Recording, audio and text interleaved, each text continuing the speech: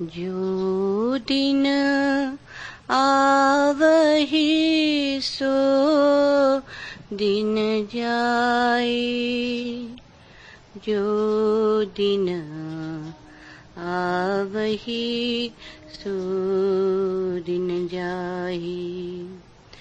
करना कुछ रहना थिर नाही, संगो चलत है हम भी चलना। डोरी गवनु सिरयो परी मरणा,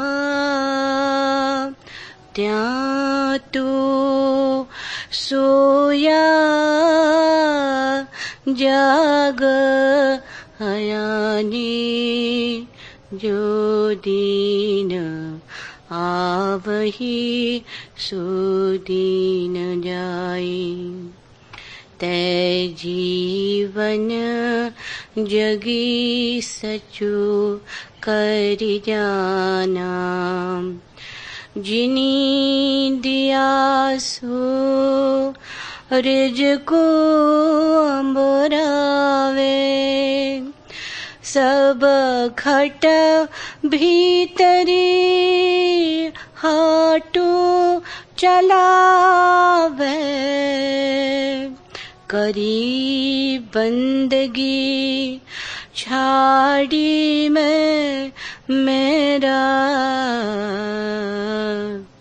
जो दिन जावहि सो दिन जाहि, हृदय नामो सम्हारी सवेरा। जन्मु सिराणो पंथ न संवारा, सांझ परिदह दिसी अंधियारा। कहे रविदास नदान दीवाने, जो दिन आवहि सो दिन जाहि। चेतसि नाही दुनिया फन खाने, ऊंचे मंदिर साली रसोई।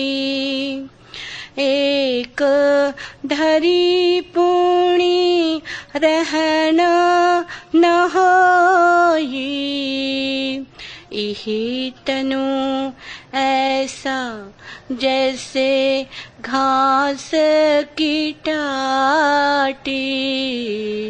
जो दिन आवहि सो दिन जाहि, जली गयो घास रली गयो माटी। भाई बंधरो कुटुंब सहेरा, ओई भी लागे काढ़ू सवेरा। घर की नारी डर ही तना लागी, ओहू तो भूतु भूतु करी भागी। जो दिन आवहि सो दिन जाई, कहे रविदास सब जग लूटा।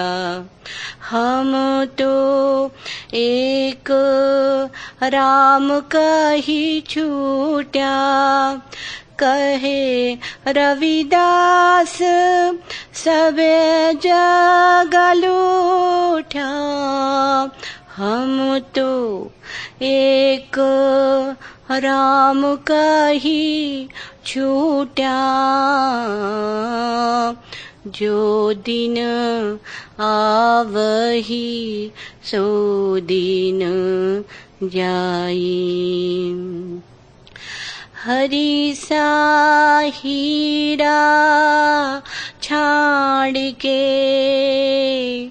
करे आन कियास, ते नर जमपुर जाहिंगे सतभाषरदास।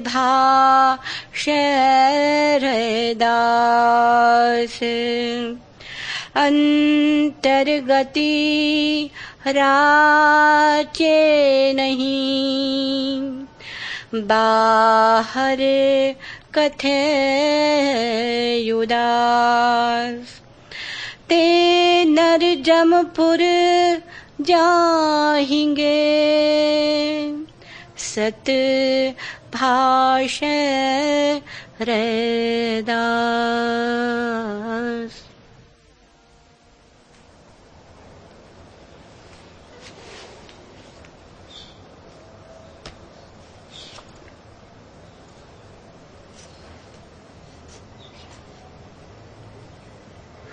रफ्ता रफ्ता यह जमाने का सितम होता है, एक दिन रोज मेरी उम्र से कम होता है। बाग रोता है असीराने कफस को, शायद दामने सब्ज और गुल सुबह को नम होता है। मनुष्य सोचता है कि जी रहा है, सच्चाई कुछ और है। हम रोज मर रहे हैं। यह प्रक्रिया जिसे हम जीवन कहते हैं मृत्यु की प्रक्रिया है। जिस दिन हम जन्मे उसी दिन से मरना शुरू हो गया है। रोज एक एक दिन चुकता जाता, प्रतिपल जीवन क्षीण होता, घट खाली हो रहा है, भर नहीं रहा है। और बूंद बूंद खाली हो तो सागर भी खाली हो जाता है, और हम तो केवल गागर हैं।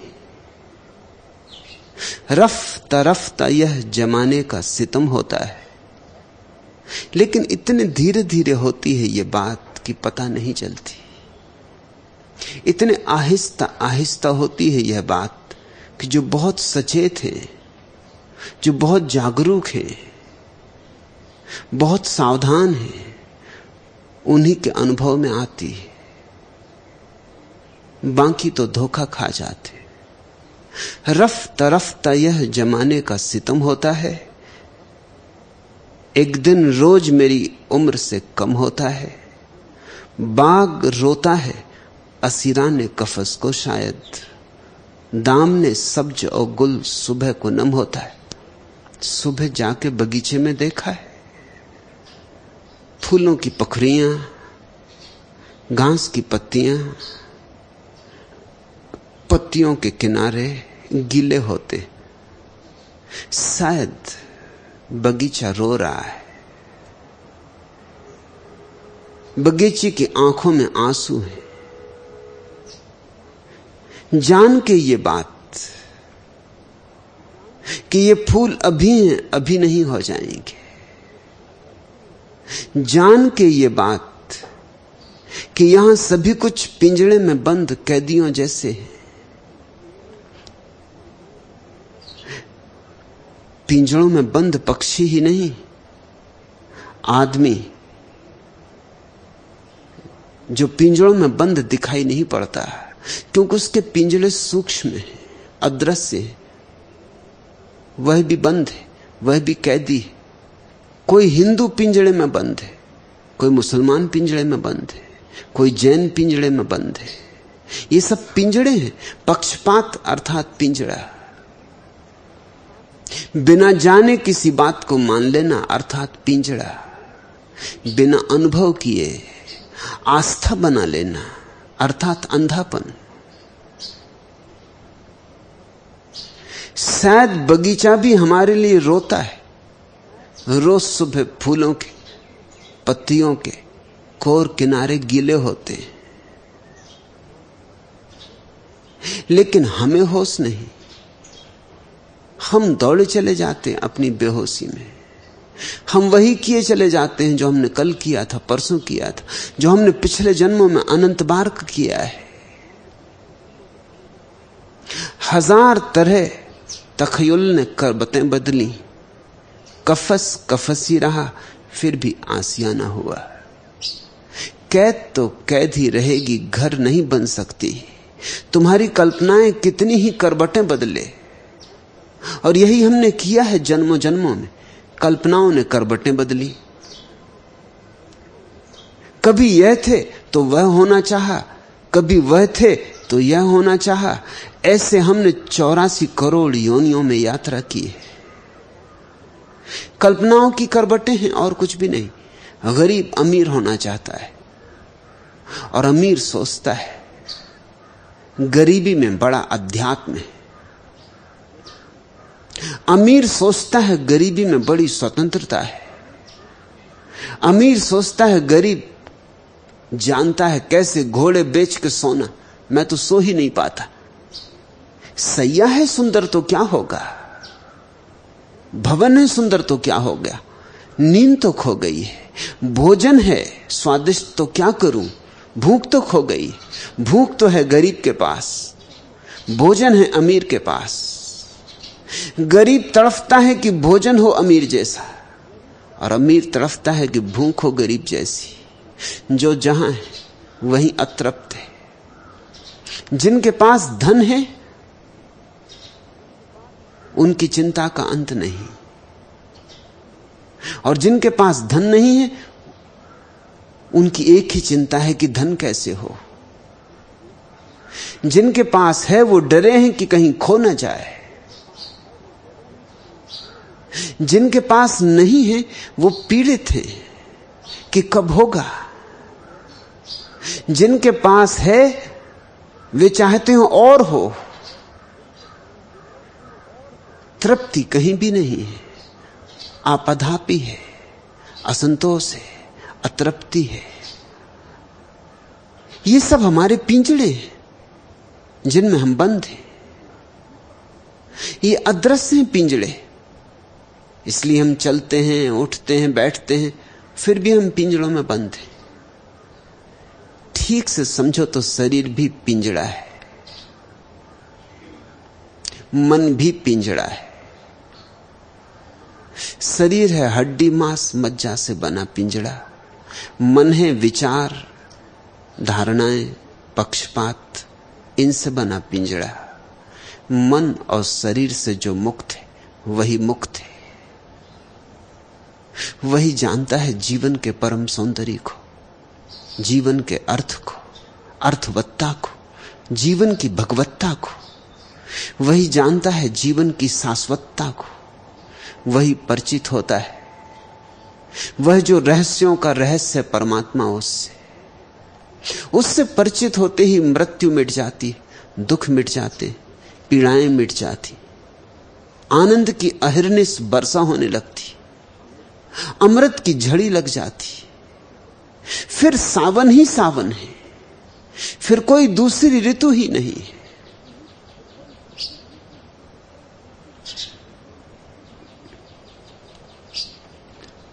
आग थे इब्तिदाए इश्क में हम, हो गए खाक इंतहा है यह।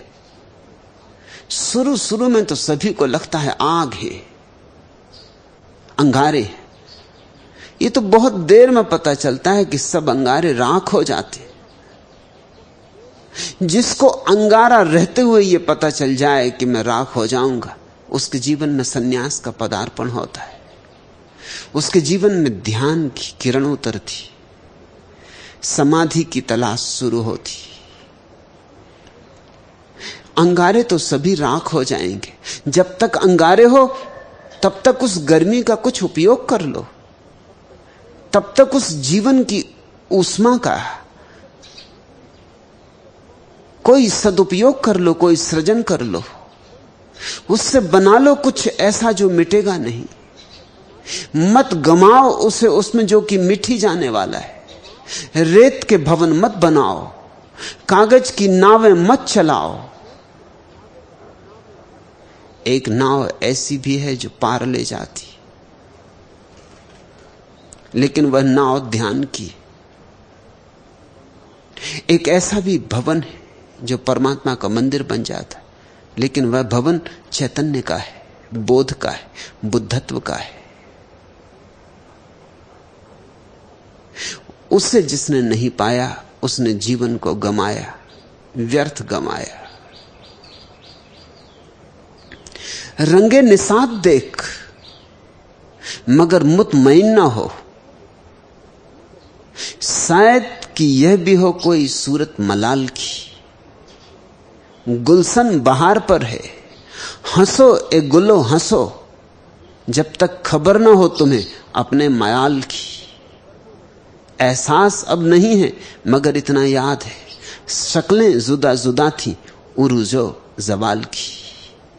रंगे निसात देख, देखो चारों तरफ लोग हंस रहे, मुस्कुरा रहे, जीवन को जीने की चेष्टा कर रहे। हारें आखिर में भला, मगर चेष्टा में कोई कमी नहीं है। मुस्कुराहटें चाहे झूठी हों, ऊपर से चिपकाई गई हों, मगर हैं तो बहुत। रंगे निसात देख, देखो ये रंगीनियां, देखो ये उल्लास, ये ऊपर ऊपर का उल्लास, ये ऊपर ऊपर की रंगीनियां, ये ऊपर ऊपर की बहार, ये झूठी बहार, ये झूठे बसंत। रंगे निसात देख मगर मुतमईन ना हो, लेकिन ख्याल रखना धोखा मत खा जाना, आश्वस्त मत हो जाना। लोगों को हंसते देख के ये मत समझ लेना कि उनकी जिंदगी में हंसी है। हंसी तो कभी कुछ थोड़े से लोगों की जिंदगी में होती, कोई बुद्ध, कोई जीसस, कोई कबीर, कोई नानक, कोई रैदास। इस जगत में बहुत थोड़े से लोग हंस सके हैं वही जिन्होंने अपने को जाना है। उनके भीतर फव्वारे फूटे आनंद के, उल्लास के, उत्सव के। बाकी सब हंसियां झूठी, थोथी। भीतर के खालीपन को छिपाने के उपाय, भीतर की रिक्तता को भुलाने की व्यवस्थाएं। आंसू हैं भीतर, और आंसू किसको दिखाओ? आंसुओं को छिपाना पड़ता है। कोई क्या कहेगा? क्यों अपनी भद्द कराओ? अहंकार कहता है छिपा लो आंसुओं को, हंसो, मुस्कुराओ। नहीं भीतर मुस्कुरा सकते, कम से कम बाहर मुस्कुराओ। नहीं हो सत्य तुम्हारे पास, कोई फिक्र नहीं, कम से कम सत्य का पाखंड तो करो।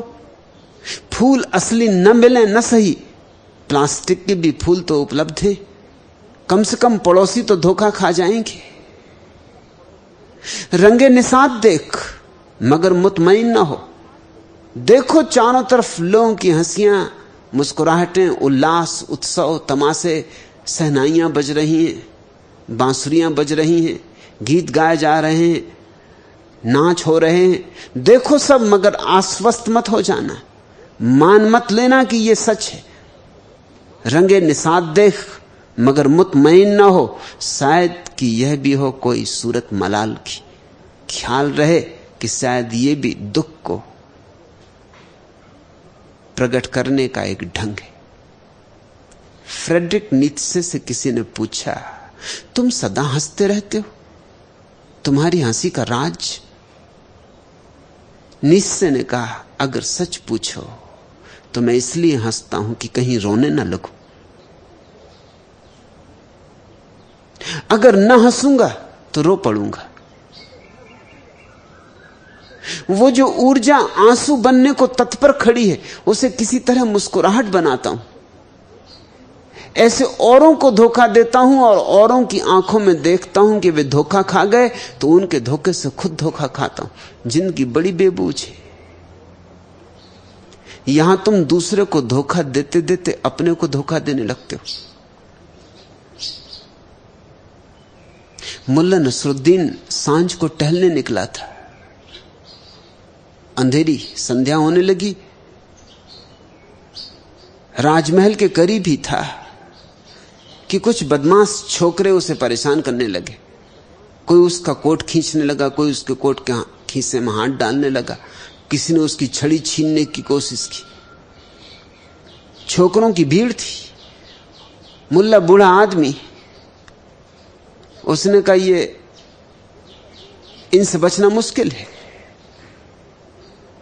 लेकिन उसने कुछ धूप में बाल नहीं पकाए, अनुभव से बाल पकाए। पूछा कि तुम्हें पता है मैं कहां जा रहा हूं? राजमहल जा रहा हूं। आज भोज है राजमहल में, तुम यहां क्या कर रहे हो? सारा गांव निमंत्रित है, तुम्हें पता नहीं? जैसे ही लड़कों ने यह सुना वो भागे मुल्ला को छोड़कर राजमहल की तरफ। जब सारे लड़के भागे तो मुल्ला भी उनके पीछे भागने लगा। उसने सोचा हो ना हो बात सच ही हो, मैंने तो झूठ कहा था, मगर कौन जाने भूल से झूठ सच ही हो। किसको पता, आज राजमहल में निमंत्रण हुई, इतने लोग धोखा खा गए, तो चल के देख ही लेना ठीक है। तुमने खुद भी पाया होगा कि तुम अगर झूठ बोलते रहो तो धीरे धीरे अपने ही झूठ पे तुम्हें विश्वास आ जाता है। फिर तय करना मुश्किल हो जाता है कि जो मैं बोला था वो झूठ था या सच। अगर लोग मान लें तो उनके मानने के कारण तुम भी उसे सच मान लेते हो।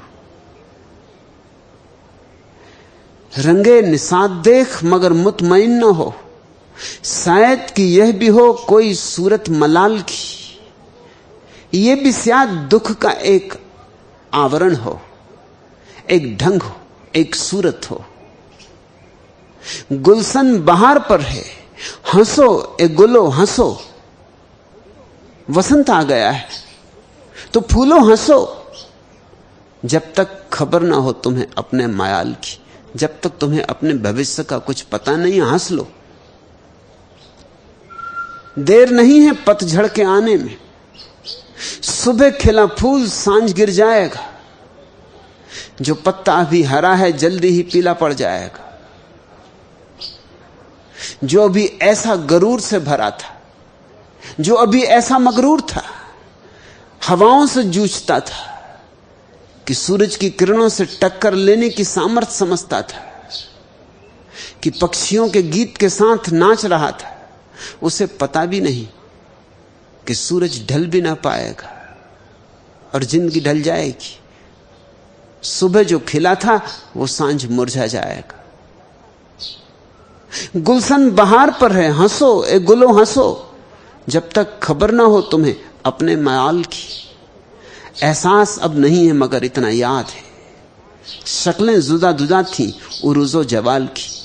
आखिर में तुम पाओगे कि जिसको तुमने उत्थान कहा और जिसको तुमने पतन कहा वो एक ही चीज थी, शक्लें अलग अलग थी। जिसको तुमने दुख कहा और जिसको तुमने सुख कहा वो एक ही चीज थी, शक्लें अलग अलग थी। मगर ये पता इतनी देर से चलता है कि फिर कुछ किया नहीं जा सकता। सांझ आ गई और पखड़ियां झड़ने लगी और पत्ते पीले पड़ गए। फिर कुछ करना भी चाहोगे तो न कर सकोगे। इस देश की परंपरा थी सदियों तक कि सन्यास लिया जाए 75 साल के बाद। महावीर और बुद्ध ने वो परंपरा तोड़ दी और उन्होंने बड़ी अनुकंपा की कि उस परंपरा को तोड़ दिया। वो परंपरा चालबाज थी, उस परंपरा में होशियारी थी, वो परंपरा बेईमानों की इजाद थी। पंडित पुरोहितों का तर्क था कि अंतिम चरण में जब संध्या आ जाएगी और सूरज डूबने लगेगा और जब पखरियां बिखरने को हो जाएंगी और पत्ते पीले पड़ने लगेंगे, जब पतझड़ द्वार पर दस्तक देने लगेगी, तब सन्यास ले लेना। लेकिन उस सन्यास का क्या मूल्य? अर्थहीन होगा वह सन्यास, व्यर्थ होगा वह सन्यास।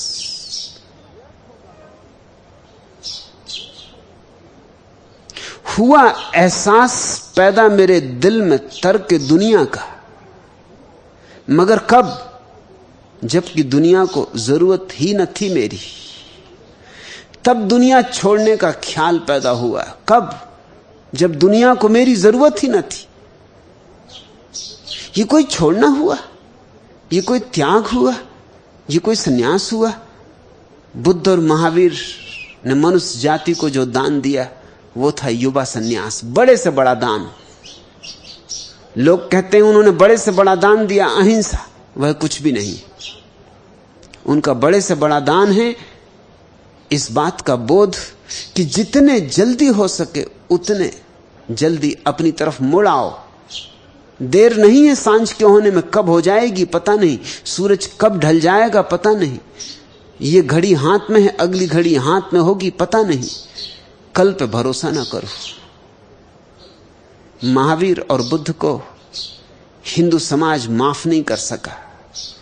माफ न करने का सबसे बड़ा कारण यह था कि उन्होंने युवकों को सन्यास दिया, उन्होंने बच्चों को भी सन्यास दिया। बच्चे और युवक सन्यासी हो जाएं तो जो समाज का ढांचा है बना बनाया सदियों पुराना, वो बिखर जाए। ब्राह्मण पुरोहित का क्या हो? वो चाहता है कि बचपन जन्म से लेकर मृत्यु तक तुम्हारा सारा क्रियाकांड करे। वो चाहता है कि जन्म के दिन से लेकर मरने तक तुम्हारा शोषण करे। उसने इस तरह का जाल फैलाया है कि पैदा हो तो उसकी जरूरत, नामकरण हो तो उसकी जरूरत, यज्ञोपवीत हो तो उसकी जरूरत, विवाह हो तो उसकी जरूरत, फिर तुम्हारे बच्चे पैदा हो तो उसकी जरूरत, फिर तुम बूढ़े हो तो उसकी जरूरत, तुम मरो तो उसकी जरूरत। उसने तुम्हारी पूरी जिंदगी को कस लिया है, एक कोने से दूसरे कोने तक उसने कुछ छोड़ा नहीं। मर जाने के बाद भी तुम्हारा पीछा नहीं छोड़ता। तीसरा करवाएगा, 13वीं करवाएगा, इतने से ही काम नहीं है। हर साल पितृपक्ष में तुम्हारा शोषण करेगा। मर गए उनको भी नहीं छोड़ता, जिंदा है उनको तो कैसे छोड़ सकता है? बुद्ध और महावीर ने उसकी ये 4 आश्रमों की व्यवस्था तोड़ दी। सन्यासी का अर्थ ही होता है कि जो ब्राह्मण पंडित पुरोहित से मुक्त हो गए, और सन्यासी वर्णातीत है। ब्राह्मणों की व्यवस्था वर्ण पर खड़ी थी, 4 वर्ण, ब्राह्मण, क्षत्रिय, वैश्य, शूद्र। लेकिन सन्यासी का कोई वर्ण नहीं होता। जैसे ही कोई व्यक्ति सन्यासी हुआ कि वो वर्ण के अतीत हो जाता है, वो वर्ण के बाहर हो जाता है। उस पर फिर कोई मर्यादा और नियम लागू नहीं होते, वो अतिक्रमण है। आश्रम की व्यवस्था तोड़ दी क्योंकि युवकों को सन्यास दिया, और वर्ण की व्यवस्था तोड़ दी क्योंकि सन्यासी किसी वर्ण का नहीं होता। सन्यासी होते ही उसका एक वर्ण रह जाता है, सन्यास। फिर वो ब्राह्मण रहा हो पहले, कि शूद्र रहा हो, कि क्षत्रिय रहा हो, कोई फर्क नहीं पड़ता। दोनों तरह से हिंदुओं की जो जड़ व्यवस्था थी उसको तोड़ दिया बुद्ध महावीर ने। क्षमा नहीं कर सकते हिंदुओं ने, लेकिन उन्होंने बात तो बड़ी क्रांतिकारी की। जब जीवन हाथ में है, ऊर्जा है, उमंग है, कुछ कर गुजरने की सामर्थ्य है, चुनौतियां लेने का साहस है, जब तुम पर्वत चढ़ सकते हो तब चढ़ो, जब सागर तैर सकते हो तब तैरो, जब अस्थि पंजर हो जाओगे तब सन्यास लोगे। तो सन्यास तो फिर मुर्दों का हुआ। उस मुर्दा सन्यास में फूल नहीं लग सकते। जिसमें पाप करने की क्षमता नहीं रह जाती, उसमें पुण्य करने की क्षमता भी नहीं रह जाती। इस गणित को याद रखना। क्षमता तो एक ही है, चाहे पाप कर लो चाहे पुण्य। क्षमता तो एक ही है, चाहे संसार बसा लो चाहे सन्यास। क्षमता तो एक ही है, चाहे धन कमा लो चाहे ध्यान। ऊर्जा तो एक ही है, चाहे शाश्वत को खोज लो चाहे क्षणभंगुर में कमा दो, चाहे मरुस्थल में भटक जाओ या सागर पर पहुंच जाओ।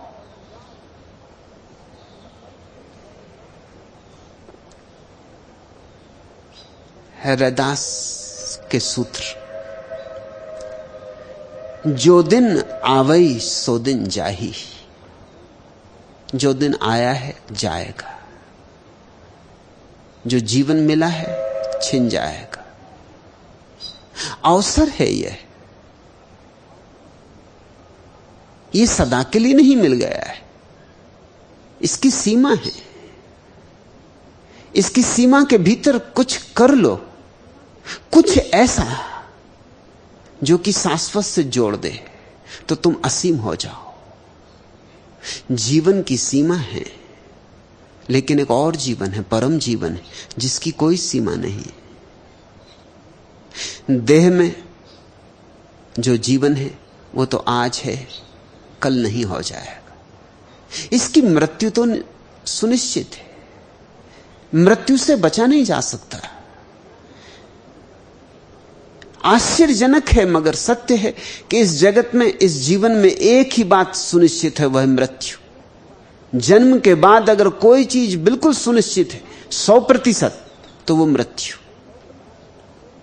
करना कुछ रहन थिरु नाही, कुछ तो करना पड़ेगा। ये काफिला तो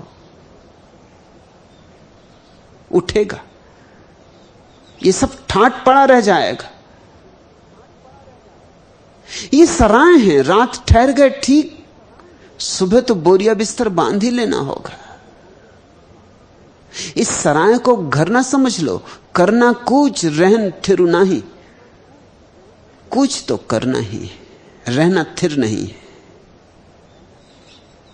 तो इस सराय की दीवालों को रंगते रहोगे रात भर, दीवालों पर तस्वीरें टांगते रहोगे रात भर, इस सराय की सफाई करते रहोगे रात भर,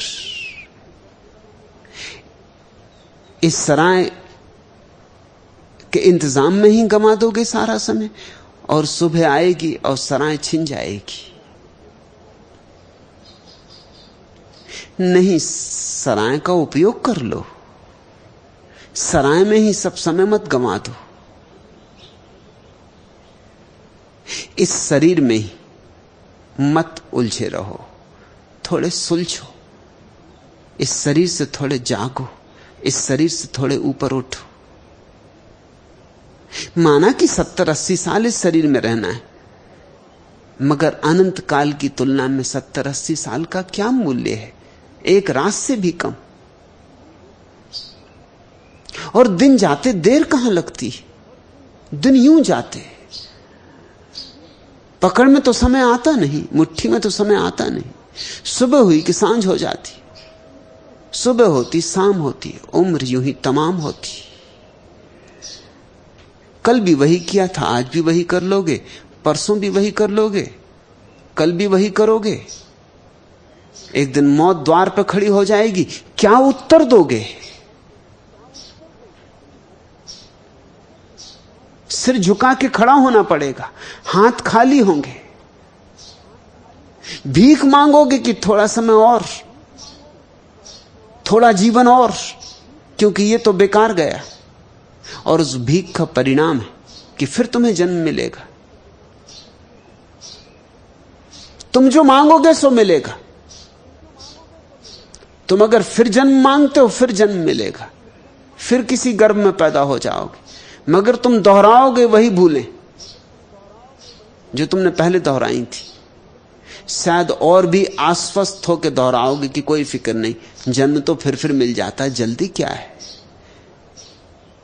इसलिए तो भारत में इतना आलस्य है, जन्म ही जन्म तो है, जल्दी क्या है। फिर मिलेगा जन्म, फिर मिलेगा जन्म, कर लेंगे आगे। मगर तुम ही हो, आज नहीं करोगे कल भी तो तुम ही रहोगे।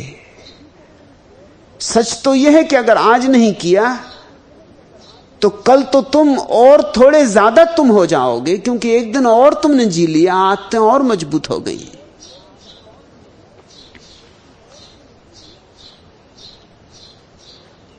मैंने सुना है महामहिम मटकानाथ ब्रह्मचारी, मुल्ला नसरुद्दीन, डब्बू जी और चंदूलाल एक बार चारों जुआ खेलते पकड़े गए।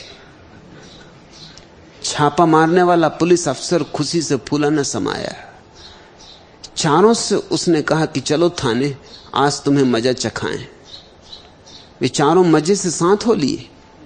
एक चौराहे पर पहुंचकर मुल्ला नसरुद्दीन ने कहा, माई बाप, आधी फरलांग की दूरी पर ही बढ़िया चाय पान की दुकान है। कल हमें सजा हो जाएगी, फिर पता नहीं वह बढ़िया चाय पीने को हमें मिले या न मिले, और वे मीठे और जायकेदार पान फिर खाने को मिले या न मिले। यदि आप आज्ञा दें तो हम चारों जाकर आखिरी बार चाय पान करावें, साथ में आपके लिए भी लेते आएंगे। विचार तो बढ़िया है, पुलिस अफसर बोला। जाओ, जल्दी से वापस आना और मेरे लिए पान जरा बढ़िया लगवा कर लाना। वे चारों गए सो गए। बेचारा पुलिस अफसर 2-3 घंटे तक उनके लौटने की राह देखता रहा। 1 वर्ष बाद दिवाली के दिन फिर वही घटना घटी। चारों के चार फिर जुआ खेलता पकड़े गए। पुलिस अफसर बोला, बच्चू अब न छोड़ूंगा, बुरे फंसे हो इस बार, पिछली बार तो धोखा दे के निकल गए थे, अब चलो थाने, तुम्हें अच्छा मजा चखाता हूं। चारों फिल्मी गाने की धुन गुनगुनाते हुए फिर साथ हो लिए।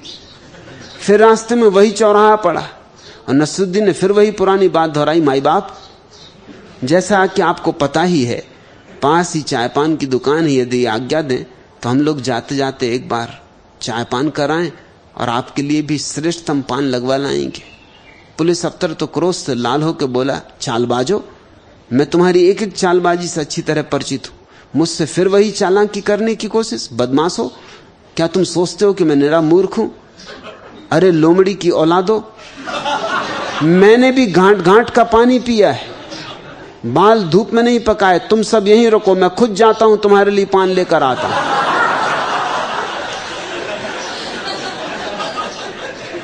तुम तो तुम ही हो, इधर से नहीं उधर से, भूल तुम वही करोगे।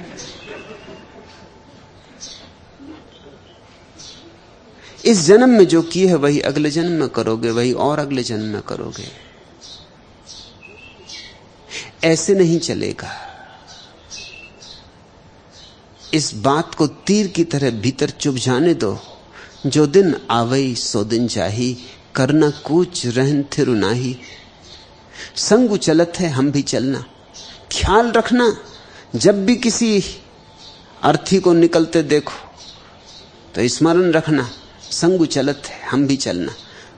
अर्थी को तो पहुंचाने जाते हो मरघट तक, उतने दूर तक संग जाते हो, वो तो ठीक, ये भी याद रखना कि हमें भी चलना है देर अबेर। एक भ्रांति है मनुष्य के मन में कि सदा दूसरे लोग मरते, और एक तरह से बात जस्ती भी, क्योंकि तुम तो अभी तक मरे नहीं। तुम दूसरों को मरघट पहुंचाते हो, फिर घर आ जाते हो। तुम सोचते हो कि मैं तो सिर्फ काम लोगों को मरघट पहुंचाने का करता हूं, मैं थोड़ी मरता हूं। मगर जिनको तुम पहुंचाते हो वो भी ऐसा ही सोचते रहे, वो भी पहुंचाते रहे। एक दिन दूसरे लोग तुम्हें पहुंचाएंगे और यही सोचते हुए घर लौट जाएंगे कि बेचारा मर गया। ये ख्याल ही नहीं आता कि मैं भी बेचारा हूं, मुझे भी मरना है। अंग्रेजी में प्रसिद्ध कहावत है कि जब चर्च की घंटियां बजे, क्योंकि गांव में जब कोई मर जाता है यूरोप में तो चर्च की घंटियां बजती ताकि गांव भर को खबर हो जाए, कि जब चर्च की घंटियां बजें तो ये पूछने मत भेजना कि कौन मर गया, जानना कि तुम ही मर गए। ये कहावत प्रीतिपूर्ण है, अर्थपूर्ण है, गहन है, गहरी है। इसमें डुबकी मारो। जब चर्च की घंटियां बजें तो ये पूछने मत भेजना कि कौन मर गया। जब रास्ते से अर्थी निकले तो ये पूछने मत भेजना कि कौन मर गया। जानना कि तुम ही मरे, ये सब तुम्हारे ही शक्लें हैं, मगर लोग तो अद्भुत हैं। एक सुबह सुबह अर्थी निकली, सर्दी के दिन, मुल्ला नसरुद्दीन अपने आंगन में सूरज की तरफ मुंह किए धूप ले रहा है। उसकी पत्नी ने कहा, नसरुद्दीन, कोई मर गया, और जो मर गया मालूम होता है कुछ खास आदमी रहा होगा, क्योंकि अर्थी में बहुत लोग हैं, रास्ते से अर्थी गुजर रही है। नसरुद्दीन ने कहा, बड़े बेवक्त मरा और बड़े बेवक्त अर्थी गुजर रही, अभी मैं उस तरफ मुंह नहीं किए हूं, अभी मैं धूप ले रहा हूं। तू ही देख ले और हालचाल मुझे बता देना।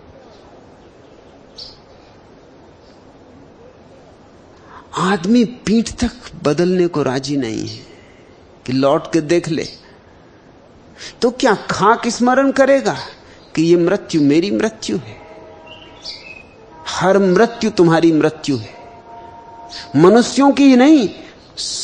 पीला पत्ता जब वृक्ष से गिरता है तो याद करना कि तुम गिरे। फूल जब सांझ को कुम्हला जाए और झर जाए, उसकी पखड़ियां धूल में पड़ जाएं, तो जानना कि तुम धूल में पड़े हो। जब पैरों के नीचे उसकी पखड़ियां दब जाएं, कुचल जाएं, तो जानना कि तुम कुचले गए हो। ऐसा जब तुम समझने लगोगे, ऐसा जब तुम्हारे भीतर प्रगाढ़ भाव हो जाएगा, तो धर्म की क्रांति होती, अन्यथा नहीं। मंदिर मस्जिदों में जाने से नहीं, ये सब खेल खिलौने हैं। संग चलत हैं, हम भी चलना। पहुंचा आना अर्थी को मरघट तक, मगर कह आना कि हम भी आते। देर अबेर आना ही है, दूर गगन सिर ऊपर मरना। थोड़ी देर सही, थोड़ा और चलेंगी जिंदगी में, मगर सिर पे मौत लटकी हुई है, उससे बचा नहीं जा सकता। कितने ही तेजी से भागो, मौत से बचने का कोई उपाय नहीं। एक सूफी फकीर के शिष्य ने सपना देखा कि रात मौत ने उसके कंधे पर हाथ रखा। नींद में भी घबरा गया, पूछा कि क्या बात है, किस लिए मेरे कंधे पर हाथ रख रही हो? तो मौत ने कहा कि मैं तुझे बताने आई हूं कि आज संध्या सूरज के डूबने के साथ मैं आ रही हूं। चूंकि तू इस बड़े फकीर का शिष्य है, तेरे लिए यह विशेष छूट कि तुझे मैंने पहले से खबर दे दी। नियम नहीं है ये खबर देने का, अचानक आना ही नियम है, अनायास पकड़ लेना ही नियम है। क्योंकि खबर दे दो तो लोग बचें, भागें, इंतजाम करें। मगर तू इस बड़े फकीर का शिष्य है, तुझ पे दया करके मैं कह देती हूं, कुछ करना हो तो कर ले, ज्यादा देर नहीं बची। आधी रात ही उसकी नींद खुल गई, घबरा गया बहुत। फकीर से पूछा कि मैं क्या करूं? फकीर ने कहा, आप करने को और क्या है, अब तो एक ही उपाय है कि ले मेरा घोड़ा और जितने दूर निकल जा सके निकल जा, इस जगह रुकना अब एक क्षण ठीक नहीं।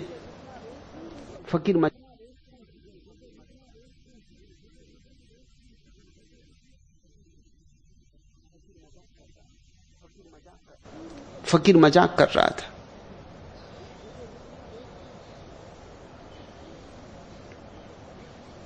मगर शिष्य मजाक को समझ ना सका, उसने तो ले लिया घोड़ा और भागा,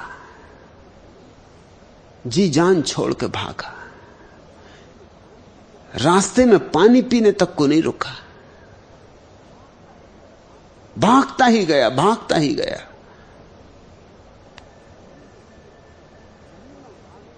मीलों भागने के बाद सांझ होते होते दमिश्क शहर के बाहर जाके एक आम की बगिया में ठहरा। बड़ा प्रसन्न था कि इतने दूर निकल आया, अब मौत वहां खोजती फिरेगी। अपनी ही पीठ ठोंकी, अपनी ही नहीं ठोंकी, फिर घोड़े की भी पीठ ठोंकी और घोड़े से कहा कि तू भी दमदार है, क्योंकि उसको भी ना दिन भर चारा मिला ना पानी मिला, और कहा तेरी चाल भी तेज हो भी क्यों ना, है मेरे गुरु का घोड़ा, तूने मुझे बचा लिया। सूरज ढल रहा है, हम इतने दूर निकल आए, अब कहां मौत पता लगाएगी। ये बात ही वो घोड़े से कर रहा था, और तो कोई था भी नहीं वहां, मगर बात करनी ही थी तो घोड़े से ही कर रहा था। तभी वही हाथ जो रात सपने में उसके कंधे पे पड़ा था फिर उसके कंधे पे पड़ा। घबरा के देखा पीछे मौत खड़ी, मौत खिलखिला के हंस रही। उसने कहा धन्यवाद तो घोड़े को मैं भी दूंगी कि ठीक वक्त पर ठीक जगह ले आया। यही वो वृक्ष है जिसके नीचे तुम्हें मरना है। असल में रात मुझे इसीलिए आना पड़ा, मैं बहुत चिंतित थी कि तुम इस वृक्ष तक 12 घंटे में कैसे पहुंचोगे, इसलिए तुम्हें पूर्व से सूचना देनी पड़ी, क्योंकि जब तक तुम यहां ना पहुंच जाओ तब तक मैं नहीं आ सकती। घोड़ा दमदार है और तुम भी आदमी हिम्मत के हो। मैं तक चिंतित थी कि शक था मुझे कि तुम पहुंच पाओगे सांझ होते होते, मगर तुम पहुंच गए और मैं आ गई। यही जगह है जहां तुम्हें मरना है।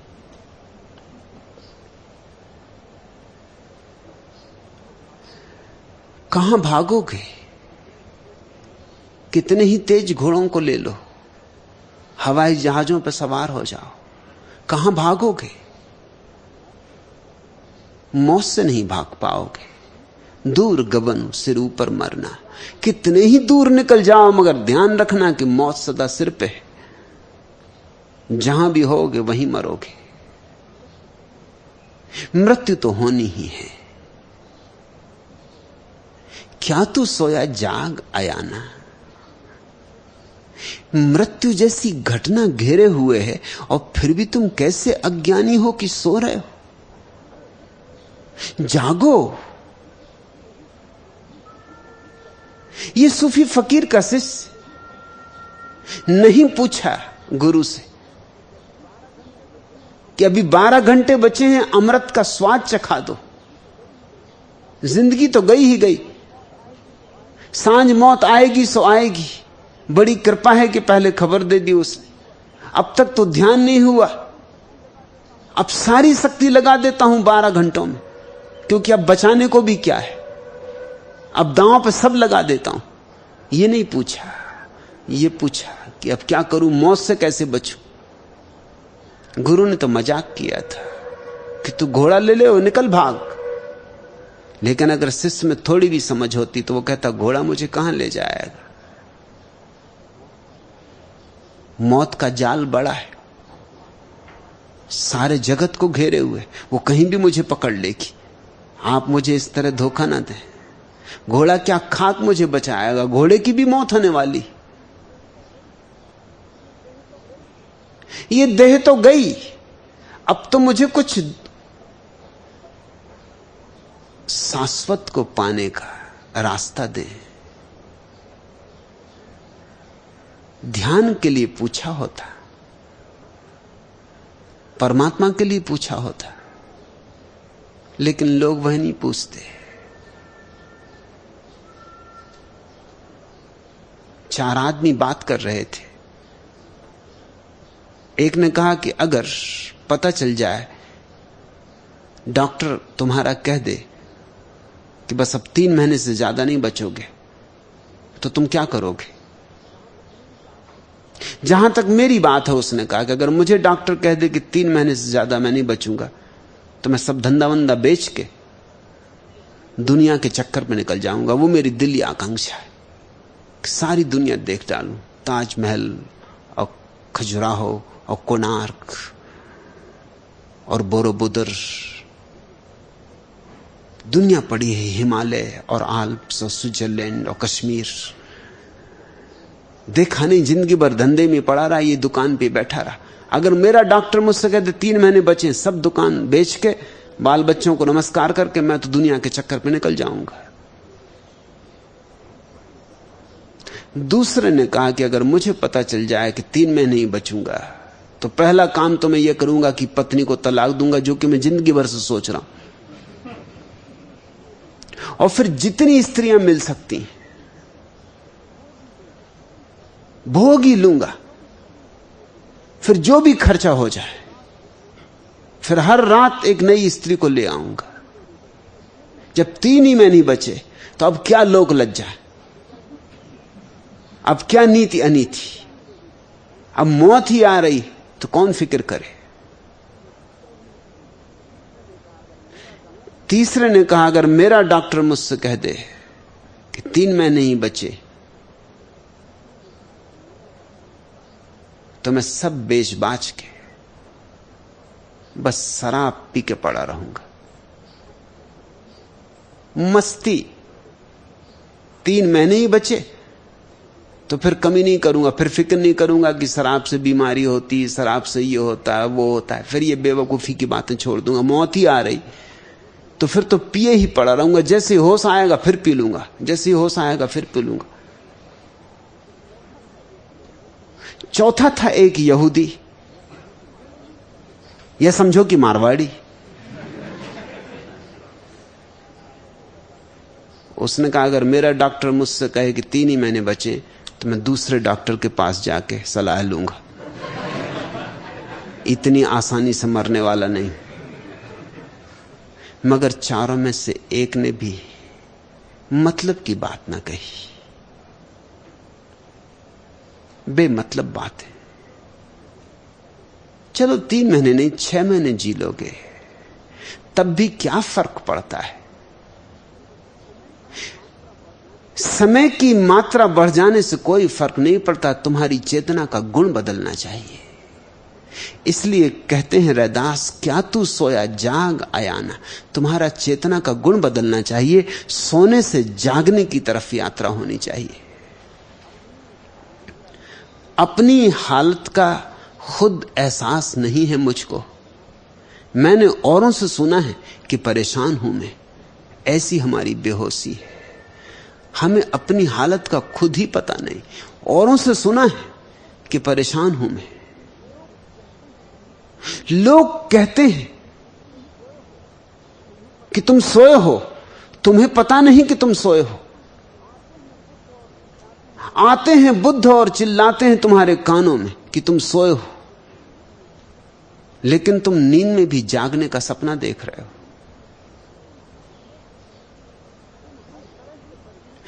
तुम हर तरह से बचने की कोशिश में संलग्न हो, नींद न टूटे, नींद बनी रहे। तुमने नींद में इतने न्यस्त स्वार्थ जोड़ दिए, तुमने इतने मीठे मधुर सपने सजा लिए कि तुम्हें डर लगता है कि कहीं सच में ही ये नींद ना हो। नहीं तो इस महल का क्या होगा, सोने का महल जो मैंने बनाया, ये जो अप्सराएं उतरी हैं, इनका क्या होगा। क्या तू सोया जाग आयाना, तय जीवन जागी सचु कर जाना। क्योंकि जो जागे हैं उन्होंने ही जीवन के सत्य को जाना है, उन्होंने ही जीवन को सत्य कर लिया है। बाकी सबका जीवन तो असत्य है।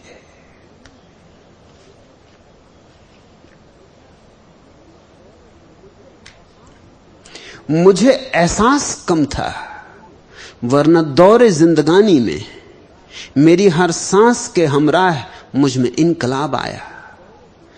होश कम था, नहीं तो हर श्वास के साथ क्रांति आ रही थी, जा रही थी।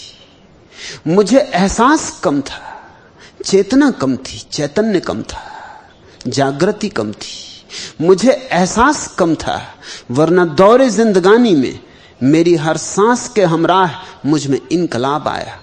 हर श्वास के साथ क्रांति घट सकती थी।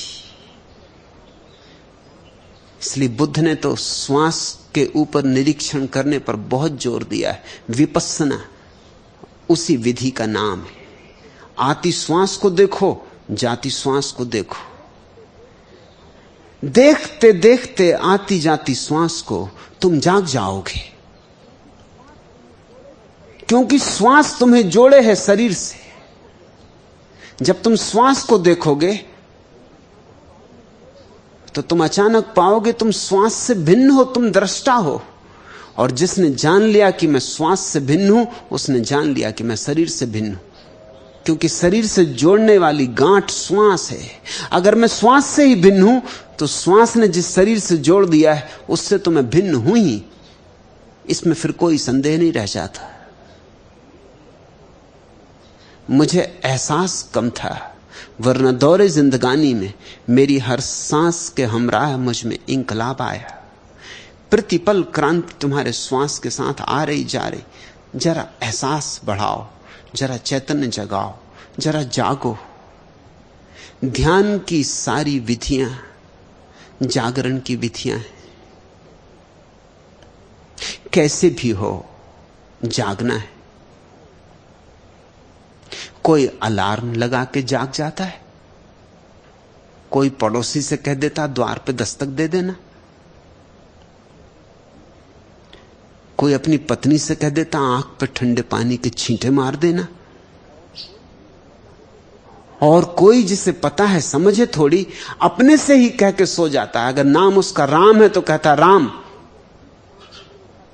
मुझे ठीक 5 बजे उठा देना, और तुम चकित होगे कि ठीक 5 बजे नींद खुल जाएगी। अगर तुमने समग्र भाव से यह विचार करके सो गए हो कि 5 बजे मुझे उठा देना, तो ठीक 5 बजे तुम्हारी नींद खुल जाएगी, क्योंकि तुम्हारे शरीर के भीतर एक घड़ी है जो काम कर रही।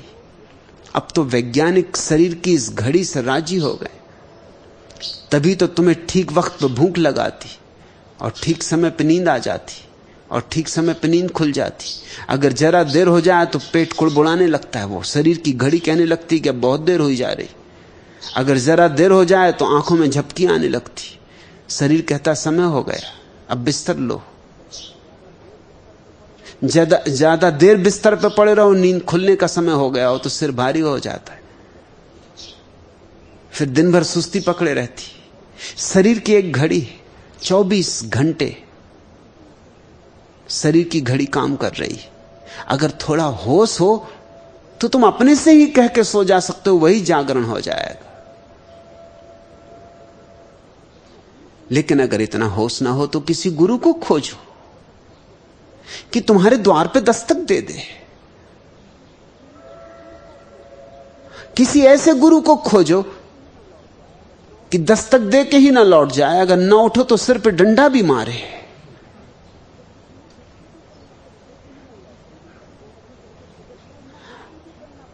अगर छीना झपटी भी करना पड़े तो करे, मगर खींच के बिस्तर के बाहर निकाल ले।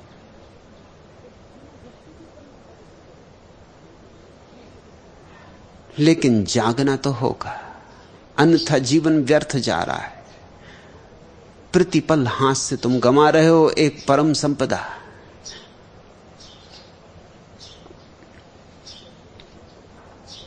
और कैसे कैसे धोखे आदमी अपने को दे लेता है। पहला तो सबसे बड़ा धोखा यह कि आदमी सोचता है मैं जागा ही हुआ हूं, यह सबसे बड़ा धोखा।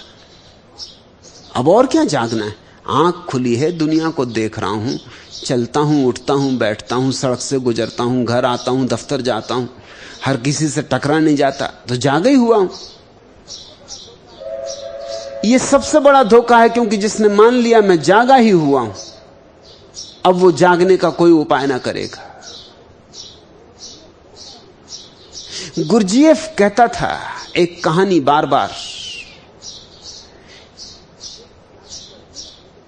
कि एक जादूगर के पास बहुत सी भेड़ें थी और उसने पाल रखा था भेड़ों को भोजन के लिए। रोज एक भेड़ काटी जाती थी, बाकी भेड़ें देखती थी, उनकी छाती थर्रा जाती थी। उनको ख्याल आता था कि आज नहीं कल हम भी काटे जाएंगे। उनमें जो कुछ होशियार थी वो भागने की कोशिश भी करती थी, जंगल में दूर निकल जाती। जादूगर को उनको खोज खोज के लाना पड़ता, ये रोज की झंझट हो गई थी। और नवे केवल खुद भाग जाती और भेड़ों को भी समझाती कि भागो, अपनी नौबत भी आने की, कब हमारी बारी आ जाएगी पता नहीं। ये आदमी नहीं है, ये मौत है। इसका छुरा देखते हो, एक ही झटके में गर्दन अलग कर देता है। आखिर जादूगर ने एक तरकीब खोजी, उसने सारी भेड़ों को बेहोश कर दिया और उनसे कहा पहली तो बात है कि तुम भेड़ हो ही नहीं, जो कटती है वो भेड़। तुम भेड़ नहीं हो, तुम में से कुछ सिंह है, कुछ शेर है, कुछ चीते हैं, कुछ भेड़िए हैं। तुम में से कुछ तो मनुष्य भी हैं। यही नहीं, तुम में से कुछ तो जादूगर भी। सम्मोहित भेड़ों को यह भरोसा आ गया। उस दिन से बड़ा आराम हो गया जादूगर को। वो जिस भेड़ को काटता, बाकी भेड़ें हंसती कि बेचारी भेड़, क्योंकि कोई भेड़ समझती कि मैं मनुष्य और कोई भेड़ समझती कि मैं तो खुद ही जादूगर हूं, मुझको कौन काटने वाला। कोई भेड़ समझती मैं सिंह हूं, ऐसा झपट्टा मारूंगी काटने वाले पर कि छठी का दूध याद आ जाएगा, मुझे कौन काट सकता है। ये बेचारी भेड़ रह रह करके काटी जा रही। और ये भेड़ भी कल तक यही सोचती रही थी, जब दूसरी भेड़ें कट रही थी, कि मैं सिंह हूं, कि मैं मनुष्य हूं, कि मैं जादूगर हूं, कि मैं यो हूं, कि मैं वह हूं। उस दिन से भेड़ों ने भागना बंद कर दिया। गुरजीएफ कहता था, आदमी करीब करीब ऐसी हालत में, तुम सोए हो, गहन निद्रा में सोए हो। आध्यात्मिक अर्थों में सोने का अर्थ समझ लेना। सोने का अर्थ यह नहीं होता कि जब तुम रात को बिस्तर पर आंख बंद करके सोते हो तभी सोते हो। वह शारीरिक निद्रा है। आध्यात्मिक निद्रा का अर्थ होता है जिसको स्वयं का पता नहीं है वह सोया है। महावीर से किसी ने पूछा है मुनि की क्या परिभाषा, तो मुनि की परिभाषा में महावीर ने कहा असुत्ता मुनि, जो सोया नहीं है वह मुनि। और फिर उसने पूछा कि अमुनि की क्या परिभाषा, तो महावीर ने कहा सुत्ता अमुनि, जो सोया है वो अमुनि। प्यारी परिभाषा की, इसमें जैन धर्म कहीं आया ही नहीं। असल में महावीर जैसे व्यक्तियों के पास जैन, बौद्ध, ईसाई जैसी बातें नहीं आती, होती ही नहीं। किसी जैन मुनि से पूछो कि मुनि यानी कौन, तो अगर वो मुंह पट्टी वाला है तो पहले तो कहेगा जो मुंह पर पट्टी बांधता हो। अगर वो दिगंबर है तो कहेगा जो नग्न हो, जो एक आहारी हो, जो भिक्षा मांग के लाता हो, जो 3 वस्त्रों से ज्यादा पास न रखता हो। श्वेतांबर है तो जो सफेद कपड़े पहनता हो। इस तरह की परिभाषाएं करेंगे ये लोग। महावीर की परिभाषा इनसे ना हो सकेगी। ये खुद ही जागे नहीं, ये क्या खाक कहेंगे असुत्था मुनि, कि जिसकी नींद टूट गई है वह मुनि, और जो अभी भी सो रहा है वो अमुनि। फिर चाहे तुम नंगे ही क्यों ना सो रहे हो, इससे क्या फर्क पड़ता है। इसका मतलब हुआ कि दिगंबर सो रहे हो। बहुत से लोग सोते हैं नंगे, पश्चिम में तो सारे लोग नंगे ही सोते। इधर शायद भारत को छोड़कर दुनिया में कोई कौम नहीं है जो नंगी ना सोती हो, क्योंकि कपड़े पहने सोना ये भी कोई सोना है।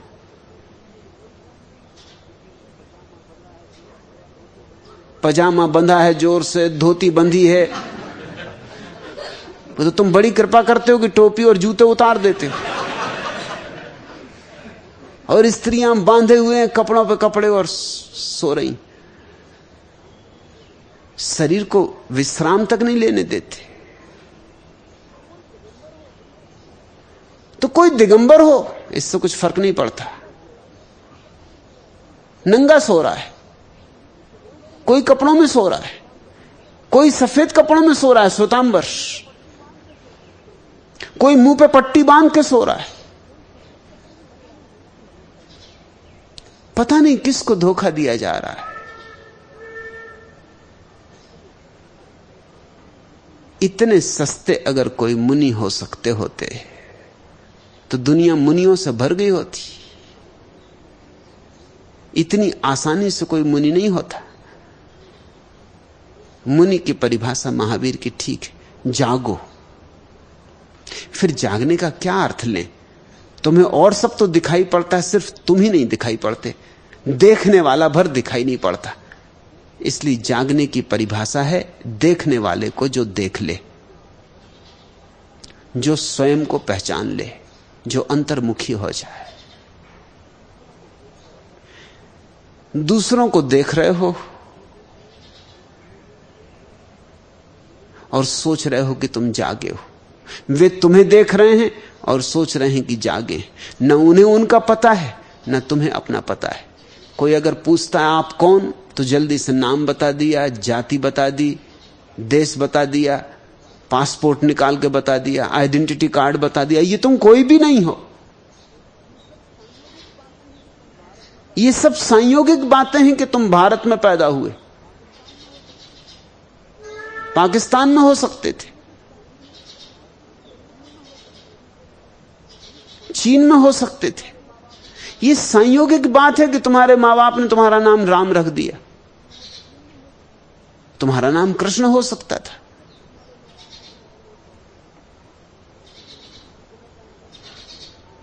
एक हिंदू को मैं जानता हूं, उनका नाम है राम प्रसाद, था कहना चाहिए, फिर वो मुसलमान हो गए, उनका नाम हो गया खुदा बख्श।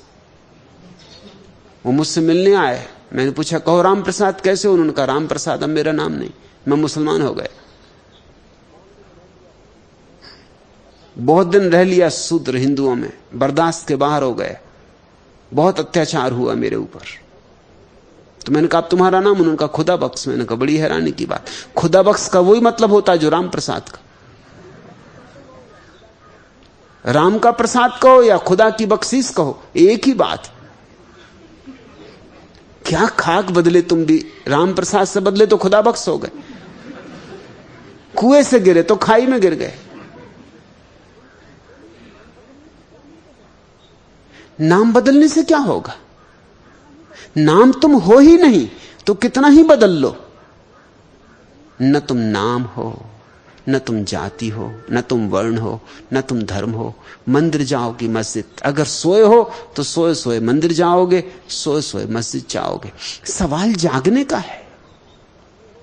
तुम्हें पता ही नहीं कि तुम कौन, लेकिन धोखा दे दिया गया है। नाम पकड़ा दिया तो तुम सोचते हो कि यही नाम मैं हूं, उसी नाम को लेके जिंदगी भर गुजार लोगे। कभी सोचो भी कि नहीं कि नाम मैं कैसे हो सकता हूं। अनाम पैदा होते हैं सभी बच्चे। किसी बच्चे से तो पूछो पैदा होते से कि भाई तेरा नाम, कहां से आ रहे हो, कौन हो, जाति।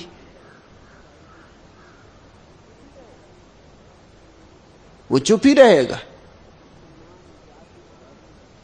उसको नाम, जाति, धर्म इत्यादि सीखने में 2-4 साल लग जाएंगे। तुमने एक मजे की बात देखी, छोटे छोटे बच्चे शुरू शुरू में एक बड़ी महत्व की बात कहते। जैसे तुमने बच्चे का नाम मुन्ना रख दिया,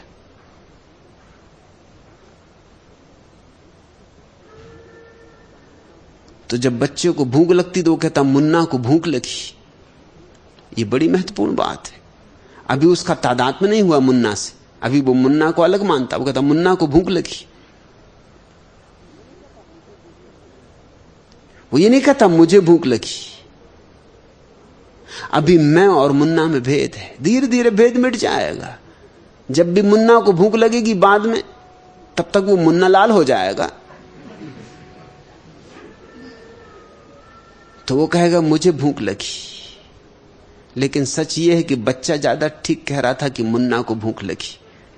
मैं तो देखने वाला हूं कि मुन्ना को भूख लगी। स्वामी राम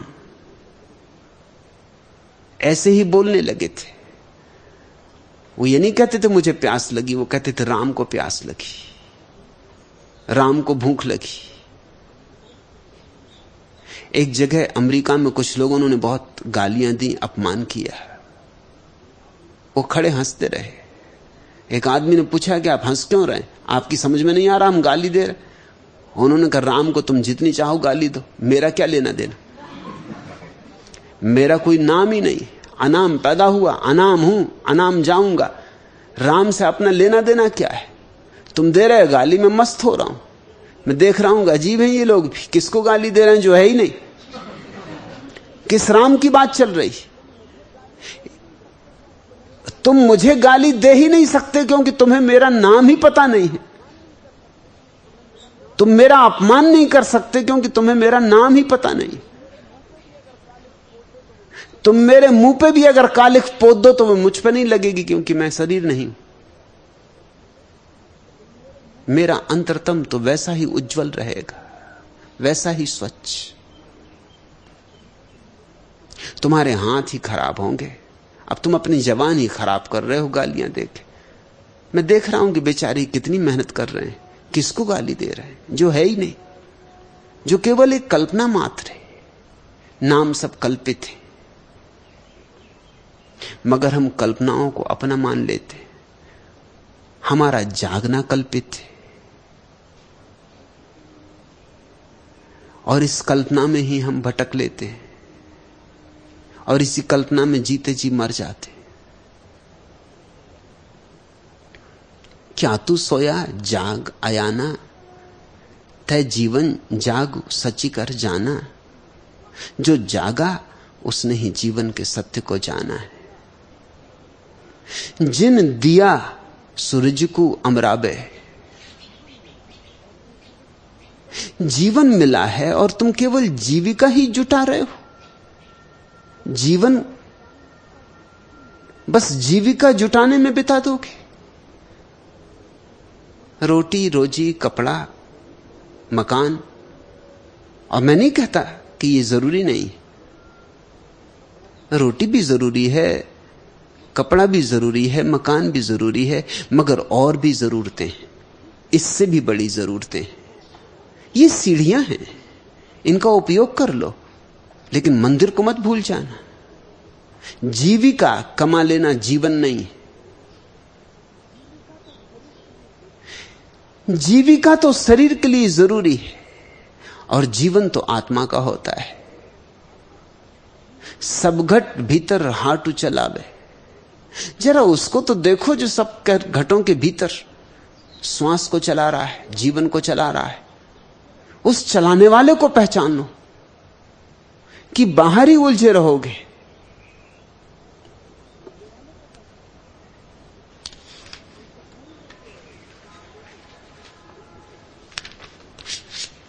युद्ध के समय सेना में जबरदस्ती लोगों को भर्ती किया जा रहा था।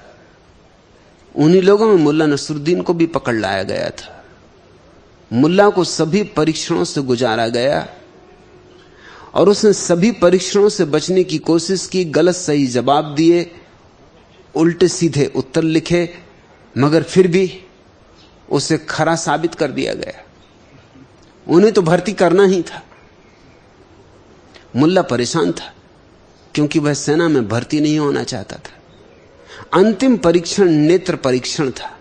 मुल्ला को एक बड़े बोर्ड के समक्ष ले जाया गया जिस पर वर्णमाला के अनेक अक्षर, अनेक चिन्ह, अनेक प्रकार के निशान बने हुए थे। अच्छा, यह तो बताओ जरा नसरुद्दीन कि यह कौन सा अक्षर है। चुनाव अधिकारी ने एक अक्षर की ओर इशारा करते हुए नसरुद्दीन से पूछा। मुल्ला ने इनकार में सिर हिलाते हुए कहा, महोदय मुझे कुछ भी स्पष्ट दिखाई नहीं दे रहा कि वह क्या है। अधिकारी ने पूछा कि तुम्हें दिखाई नहीं पड़ रहा है का अक्षर? मुल्ला ने कहा, अक्षर? मुझे बोर्ड नहीं दिखाई पड़ रहा।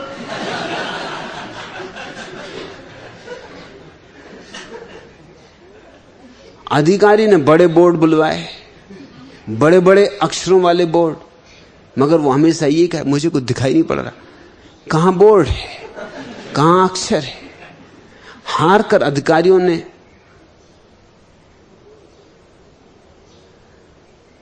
कुछ सूझा नहीं तो अंततः एक थाली बुलवाई और चिरकर मुल्ला से पूछा, नसरुद्दीन हाथ में रखो, देखो इसको, अब तो बता दो कि ये क्या है, या कि इसे भी नहीं पहचानते। नसरुद्दीन ने गौर से देखा थाली को, कहा, अरे यह मेरी अठन्य कहां मिली आपको? इसे मैं 3 दिन से खोज रहा हूं।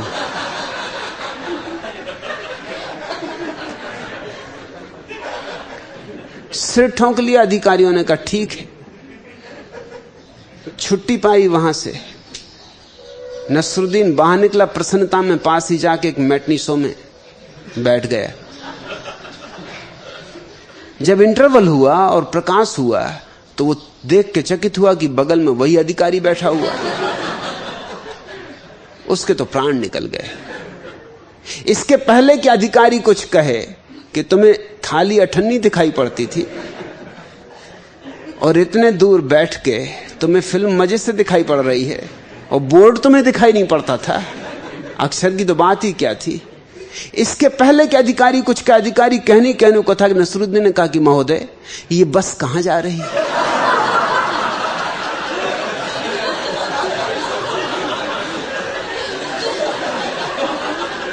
धोखा ही देने पे तुले हो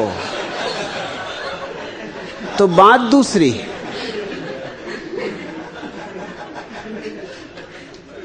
और दूसरों को दे रहे होते धोखा तो भी ठीक था, अपने को ही दे रहे हो और दिए चले जाते हो। रोज रोज नए नए धोखे ईजाद करने पड़ते क्योंकि पुराने धोखे बासे पड़ जाते।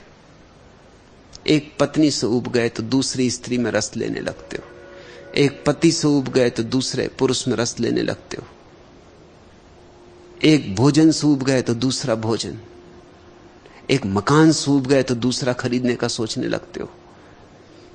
एक धोखा टूट नहीं पाता कि तुम नए धोखे खड़े कर लेते हो। अगर धोखा देना ही तय कर रखा है तब तो बात और है, मगर तब ख्याल रखना ये धोखे की आदत जन्मों जन्मों तक भटकाएगी, सड़ाएगी, गलाएगी।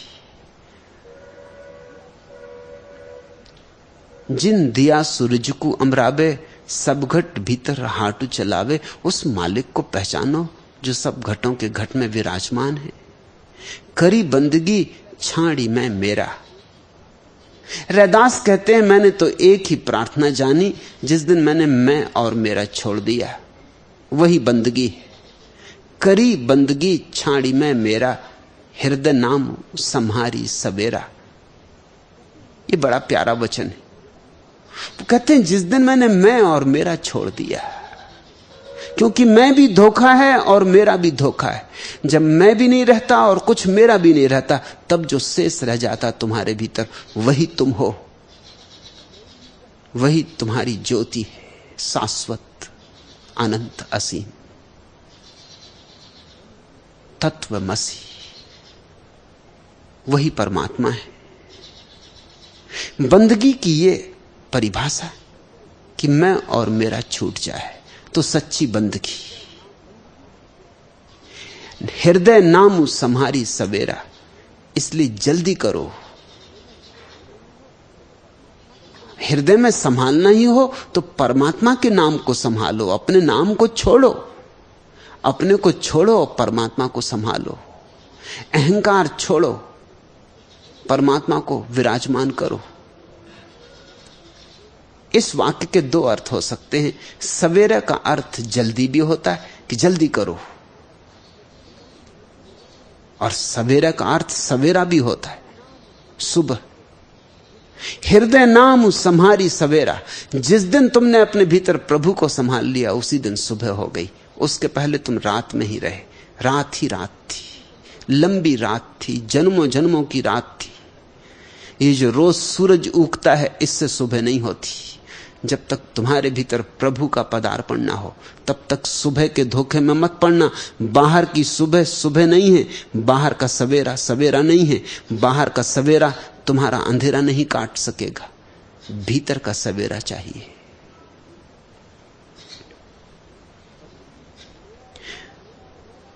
बंदगी में तुम क्या करते हो? लेकिन मैं और मेरा तो छोड़ते ही नहीं, मैं और मेरा बढ़ाने के लिए प्रार्थना करते। तुम्हारी बंदगी भी अजीब है, तुमने उल्टी बंदगी कर ली। खोपड़ी ही जैसे लोगों की उल्टी है। प्रार्थना करने जाते हैं तो मांगते हैं कि और धन दे, और दौलत दे, यश मिले, सम्मान मिले। चुनाव जीत जाऊं,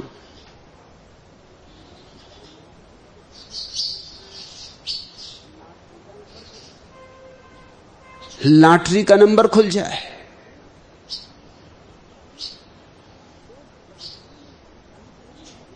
लोग प्रार्थना में भी प्रार्थना नहीं करते। वही पुरानी मूढ़ता, उसी की पुनरुक्ति। जिसने बंदगी जानी है वो कुछ और ही तरह की बात जान लेता है। अपने ही हाथ से दे दे जो तुझे देना है। मेरी तस्हीर न फरमा, मुझे साइल न बना। जिसने बंदगी जानी वो कहता जो तुझे देना हो अपने ही हाथ से दे देना, न देना हो न देना, अपने ही हाथ से दे दे तुझे जो देना है। मेरी तस्हीर न फरमा,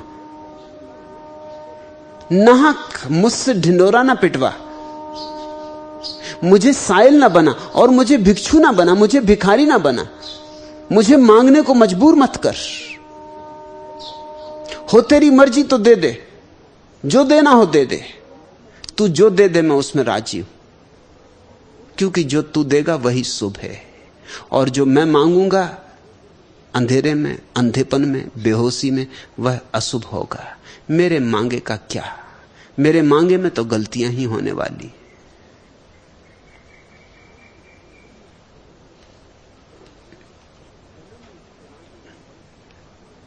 जन्मु सिरानो पंथु न समारा, मैं क्या मांगू तुझसे, जन्म बीत गया, अभी तक अपना पथ भी नहीं खोज सका, अभी तक पंथ भी नहीं संवार सका। सांझ परी दह दिस अंधियारा, और सांझ होने के करीब आने लगी, जल्दी ही 10 दिशाओं में अंधेरा छा जाएगा। क्या मांगू तुझसे, मैं जो मांगूंगा क्षुद्र ही होगा, व्यर्थ ही होगा। इसी क्षुद्र में डूबा डूबा तो समाप्त हुआ हूं। थोड़ी तमाकू और डालिए, डब्बू जी बोले। पनवाणी ने पान में कहे अनुसार तमाकू डाल दी। यार जरा लौंग और पिपरमेंट भी थोड़ा तेज। पान वाले ने वैसा ही किया। डब्बू जी बोले, अरे गुलकंद लगाना तो भूल ही गए भाई। पान वाले ने अनमने भाव से गुलकंद लगा दिया। अब ऐसा करो, एक इलायची और डालो, कुछ स्वाद तो आए कम से कम। डब्बू जी बोले। इलायची डाले जाने पर उन्होंने पुनः प्रार्थना की, अरे पनवाड़ी जी, यदि पान बाहर मसाला हो तो थोड़ा वह भी डालिए ना, और जरा चमन बाहर तेज। दुकानदार से अब न रहा गया, गुस्से में किड़किड़ाते हुए बोला, और जनाब यदि आप आदेश दें तो आपका ये 25 पैसे का सिक्का भी इसी में डाल दूं।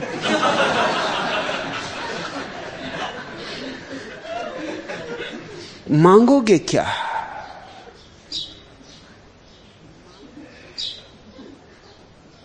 मांगने योग्य तुम्हारे पास समझ कहां? तुम जो मांगोगे गलत होगा, तुम्हारी सब मांगे गलत है, और जो तुम पाओगे वो भी बस यही होगा जो तुम मांगोगे। 25 पैसे का सिक्का आखिर में हाथ लगेगा। लोग यही मांग रहे हैं। मंदिरों में जाकर लोगों की प्रार्थनाएं सुनो, मस्जिदों में उनके उठे हुए हाथ देखो, झोली फैलाए हुए भिखारी बने। नहीं, परमात्मा से कुछ भी मांगना नहीं, उससे तो कहना जो तेरी मर्जी हो वो कर, तेरी मर्जी पूरी हो तो मेरा पंथ संवर जाए। सांझ परी दहदिस अंधियारा,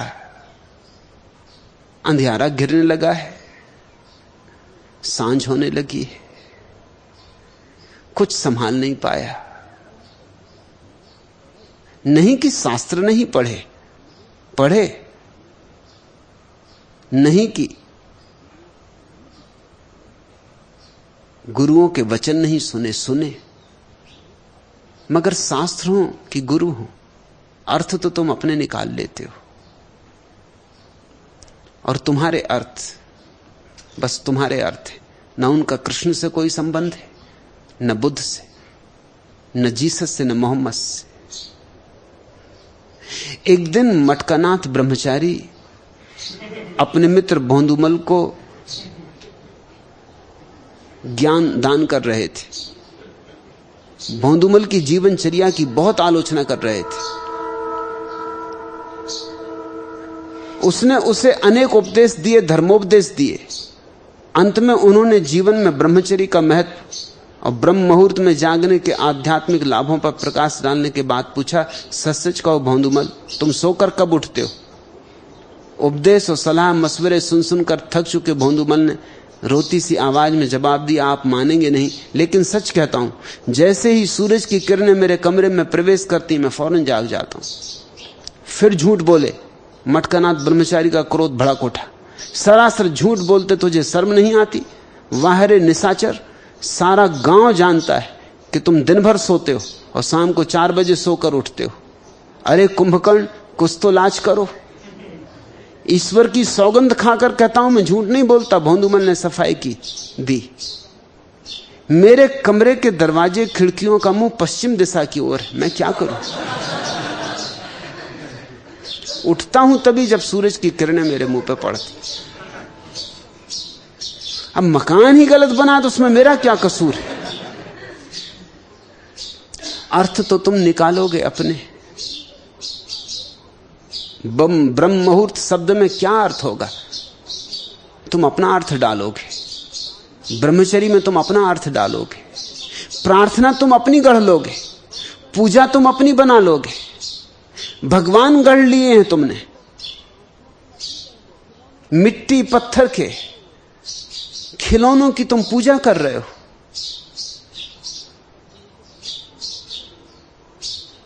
और तुम्हें कभी समझ भी नहीं आती, सोच भी नहीं आता कि हम ये क्या करने में लगे।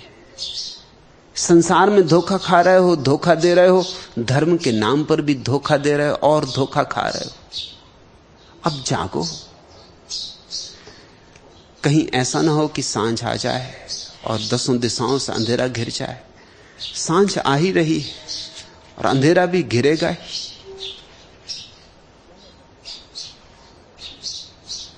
कह रविदास नदान दीवाने, ए पागल ए नादान, चेतसी ना ही दुनिया फन खाने। ये दुनिया तो नासवान है, तू चेतता नहीं। तुम टालते हो, तुम कहते हो चेतेंगे, जरूर चेतेंगे। तो पहला तो धोखा ये कि कुछ लोग मानते हैं कि वो चेत ही गए। यही नहीं, वो दूसरों को चेताने में लगे। खुद तो चेत ही गए, अब दूसरों को चेताना है। दूसरा धोखा ये कि अगर आज नहीं चेते हैं तो कल चेत जाएंगे। अभी जल्दी क्या है? अभी कोई सांझ हुई नहीं जाती। और ऐसे ही तुम कल भी कह रहे थे, ऐसे ही तुम आज भी कह रहे हो और ऐसे ही तुम कल भी कहोगे। चेताना वाले हार जाएं तो भी तुम अपनी आदतों में जड़ हो गए हो। इलाहाबाद के पंडित बड़े ही प्रसिद्ध हैं। एक इलाहाबादी पंडित अपने जजमान के यहां भोजन करने पहुंचे। वह जजमान उन्हें बुलाकर तो बड़ी परेशानी में पड़ गया, क्योंकि पंडित जी धीरे धीरे पूरी रसोई साफ कर गए। घर के सारे भोज पदार्थ खत्म होने लगे। अब जजमान बड़ी मुसीबत में, यह बात कैसे छुपाए कि अब घर में भोजन खत्म होने को है। तो उसने पंडित जी से कहा, पंडित जी पानी वानी भी तो पीजिए, पानी तो आपने अभी तक पिया ही नहीं। पंडित जी हंसते हुए बोले, हैं। जजमान, पानी तो मैं आधा भोजन करने के बाद ही पीता हूं।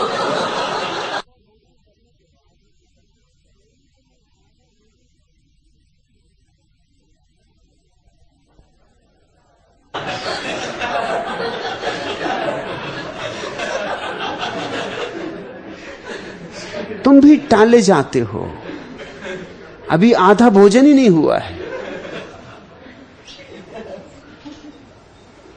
अभी जागने का सवाल क्या? अभी तो तुम्हारा मन कहता अभी तो मैं जवान हूं। अभी जागने की बात, ये तो बुढ़ापे की बातें हैं, ये तो वृद्धावस्था की बातें हैं। जब जिंदगी हाथ से छूटने लगती तब जाग लेंगे। अभी तो भोग लें, 2 घड़ी की जिंदगी है, खा लें पी लें मौज कर लें। अभी कहां जागना? अभी ये कहां जागने की झंझट? कहीं जाग गए तो फिर खाएंगे पिएंगे मौज कैसे करेंगे? ऐसे ही खाते पीते मौज करते तुम कितनी बार जिए और कितनी बार मरे। और मौज भी क्या कर रहे हो? खाने पीने में भी तुम्हारी क्या मौज हो सकती है? मौज तो सिर्फ एक है जो भीतर जगती, और भीतर जगे मौज तो खाने में भी होती है, फिर पीने में भी होती है, फिर उठने बैठने में भी होती है। श्वास श्वास लेना आनंद का एक अद्भुत अनुभव हो जाता है। लेकिन मौज तो भीतर नहीं है। अभी जो पंडित जी हैं जो आधा भोजन करने के बाद पानी पिएंगे, ये कुछ मौज कर रहे हैं? एक ऐसी कहानी मैंने और सुनी है।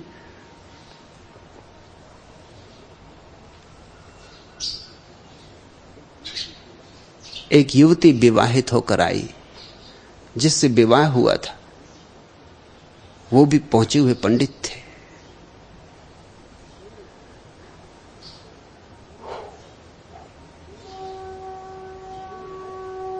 लेने आए अपनी पत्नी को ससुराल, तो वो एक पुड़ी का एक ही कौर करते थे। इधर पुड़ी परसी नहीं गई कि उधर खत्म।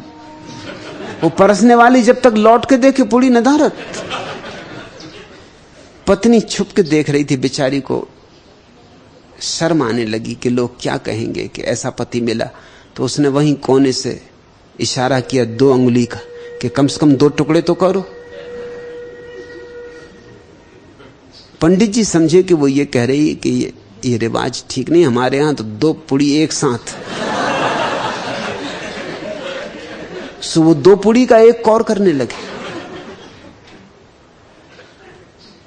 उनकी पत्नी ने तो सिर ठोंक लिया। रात जब पत्नी मिली तो उसने कहा तुमने तो हद कर दी, पहले ही ठीक थे, कम से कम एक कौर तो कर रहे थे एक पुड़ी का। मैंने कहा था कि 2 कौर करो और तुमने 2 पुड़ियों का एक कौर करना शुरू कर दिया। पति ने कहा तुझे पता नहीं कि हम किस परिवार से, रघुकुल रीत सदा चली आई। मैं तो कुछ भी नहीं हूं, मेरे स्वर्गवासी पिता थे कि जब भी कहीं किसी के यहां भोजन करने जाते थे तो उनको बैलगाड़ी में डाल के वापस घर लाना पड़ता था। एक बार तो उनकी हालत इतनी खराब हो गई थी कि जब बैलगाड़ी में उनको किसी तरह डाल के घर लाया गया तो वैद्य बुलाना पड़ा। वैद्य ने गोली दी तो उन्होंने आंख खोल के कहा कि वैद्यराज, अगर गोली ही खाने की जगह होती तो एक लड्डू और न खा लेते। अब जगह कहां?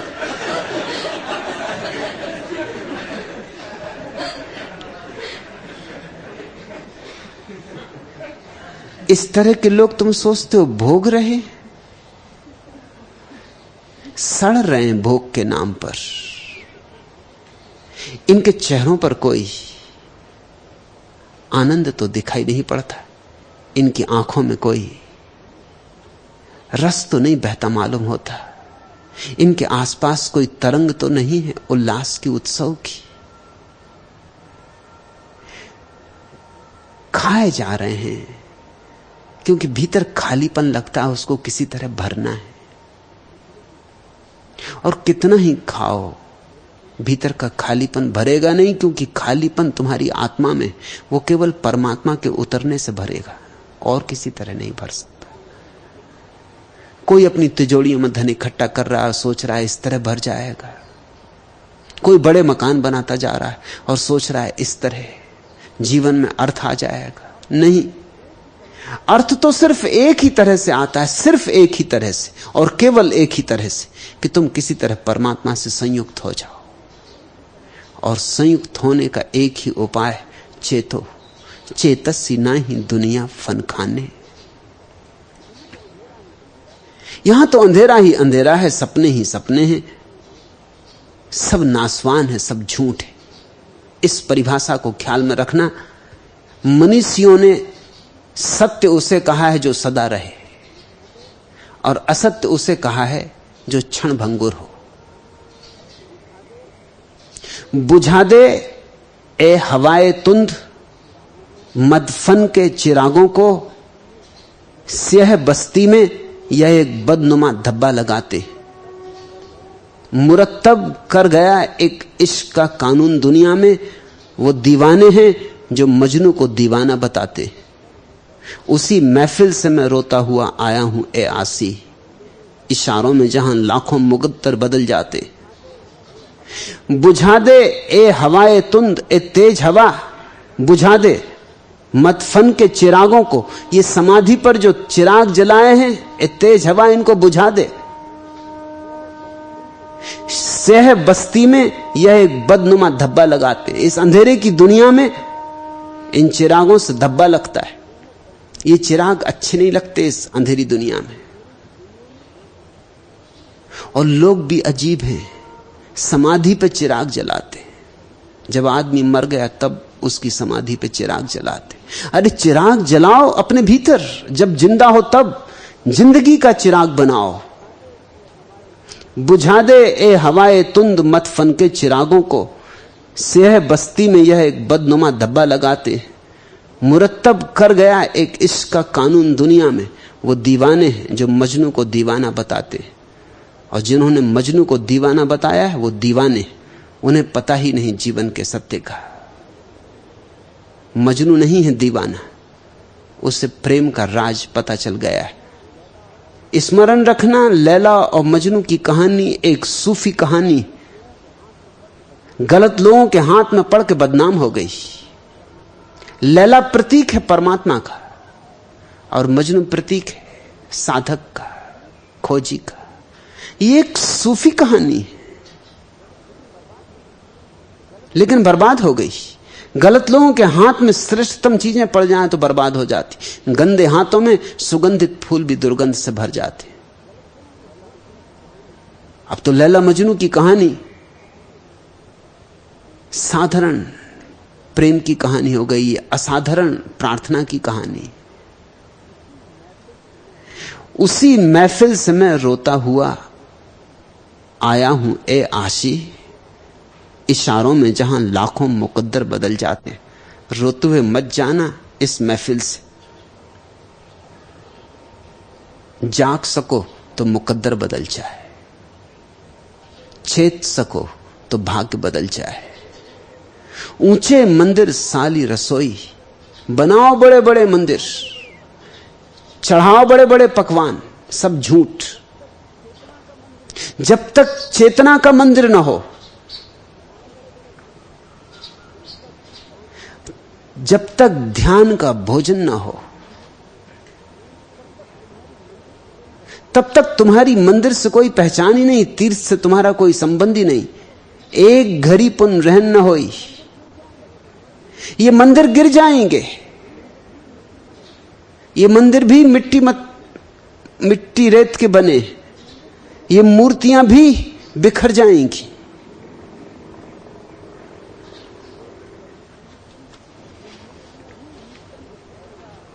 यह तनु ऐसा जैसे घास की टाटी, यह शरीर तो घास पात है।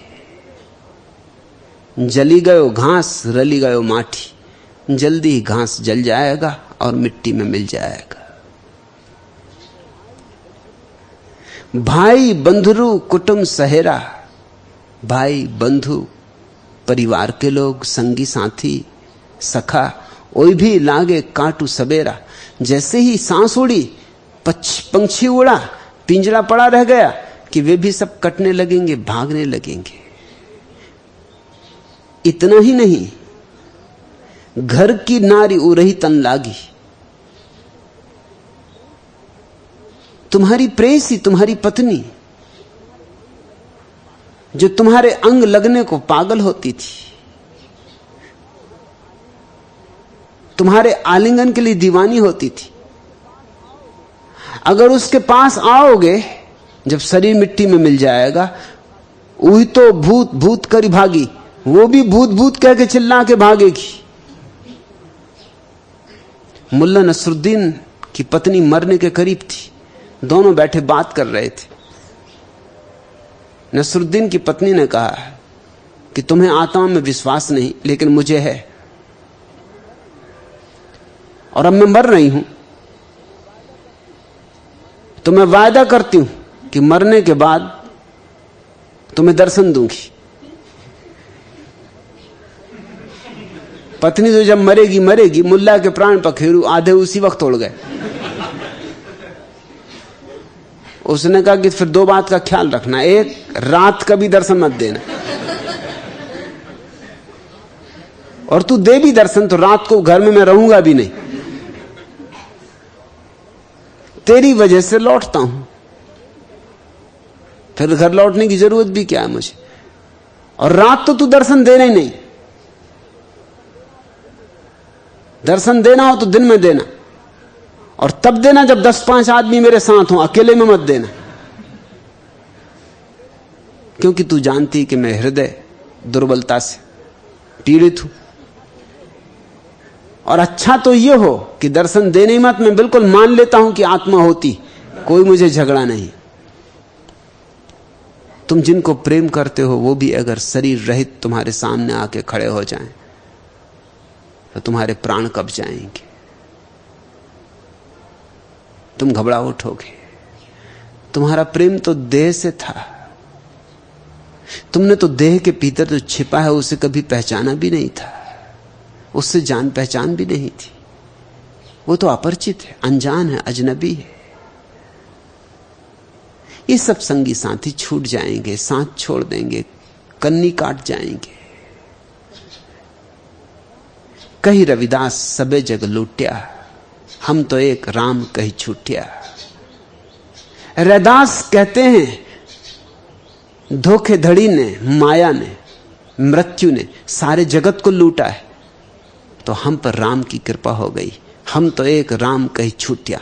हमने तो राम को स्मरण किया इसलिए छूट सके, हमने तो प्रभु पर सब समर्पित किया इसलिए छूट सके, नहीं तो यहां सिर्फ लुटना ही होता है और कुछ हाथ लगता नहीं। ये तुम्हारे ऊपर निर्भर है, लुट के जाओगे कि कुछ लेके जाओगे, भिखारी की तरह मरोगे कि सम्राट की तरह। सन्यासी वही है जो सम्राट की तरह मरे, संसारी तो भिखारी की तरह ही मरता है। हरीसा हीरा छाड़ी के करे आन की आस, भीतर हीरे भरे हैं और तुम बाहर कंकड़ पत्थर बीन रहे हो, औरों से आशा लगाए बैठे हो। हरीसा हीरा छाड़ी के करे आन की आस, ते नर जमपुर जाएंगे सत भाखे रैदास। रैदास कहते हैं सच कहता हूं तुमसे, अनुभव से कहता हूं तुमसे, साक्षात्कार करके कहता हूं तुमसे, साक्षी हूं जो मैं कह रहा हूं उसका। इसे यूं ही उपदेश मत समझ लेना। तुम मृत्यु के चंगुल में फंसे हो, नरकों में भटकोगे, नरकों में भटक ही रहे हो। अंतर्गति रांचे नहीं, बाहर कथे उदास। और जब तक तुम्हारा अंतरतम प्रेम से ना भीग जाए परमात्मा के, तब तक बाहर से कितने ही उदास बने बैठे रहो, उदासीन बने बैठे रहो, विरागी बने बैठे रहो, कुछ काम नहीं आएगा। ते नर जमपुर जाएंगे सत भाखे रैदास। रैदास फिर कहता है कि मृत्यु तुम्हें लूटेगी, मृत्यु तुम्हारे सब धोखे तोड़ देगी। अगर तुमने उदासी ऊपर ऊपर थोप रखी, अगर तुम्हारा प्रेम प्रभु रस में नहीं पगा है, अगर तुम्हारे प्राण प्रभु रस में नहीं डूबे। हजारों तरह अपना दर्द हम उनको सुनाते हैं, मगर तस्वीर को हर हाल में तस्वीर पाते। मंदिर मस्जिदों में क्या है, तस्वीरें हैं। सुनाओ अपने हाल, तस्वीरों से क्या पाओगे? भीतर पुकारो उसे, भीतर सोया है वह, भीतर जगाओ उसे। हीरा भीतर पड़ा है, खोदो वहां। उम्मीदे अमन क्या हो याराने गुलिस्तां से, दीवाने खेलते हैं अपने ही आसियां से। बिजली कहा किसी ने कोई शरार समझा, एक लौ निकल गई थी दागे गमे नेहा से, नाकूस बन के मैंने चौंका दिया हरम को, पत्थर सनम कदे के जागे मेरी अजा से, मदारे हर अम्ल ने को बद है नियत पर, अगर गुनाह की नियत न हो गुनाह नहीं, नकाब उलट दिया मूसा ने तूर पर उनका, अगर गुनाह सलीके से हो गुनाह नहीं। सच्चा परमात्मा मिल सकता है, उसका घूंघट भी उठाया जा सकता है, उठाने की तरकीब आनी चाहिए। नाकूस बन के मैंने चौंका दिया हरम को, शंख का नाद कर दिया मैंने काबा में। काबा में शंखनाद नहीं किया जाता। नाकूस बन के मैंने चौंका दिया हरम को, काबे में जाके मैंने शंख बजा दिया और काबे के पत्थर को चौंका दिया। पत्थर सनम कदे के जागे मेरी अजान से, और मैंने मंदिरों में जहां पत्थरों की मूर्तियां थी अजान पढ़ी, नमाज पढ़ी और मुर्दा मूर्तियों में प्राण डाल दिए। असल में तुम्हारे भीतर प्राण हो तो तुम जहां हो वहीं तीर्थ है। तुम काबे में बैठ जाओ तो काबा तीर्थ है, और तुम कहीं और बैठ जाओ तो वहीं काबा आ जाए। काबा वहां है जहां प्रेम से भरा हुआ हृदय परमात्मा के प्रति समर्पित है।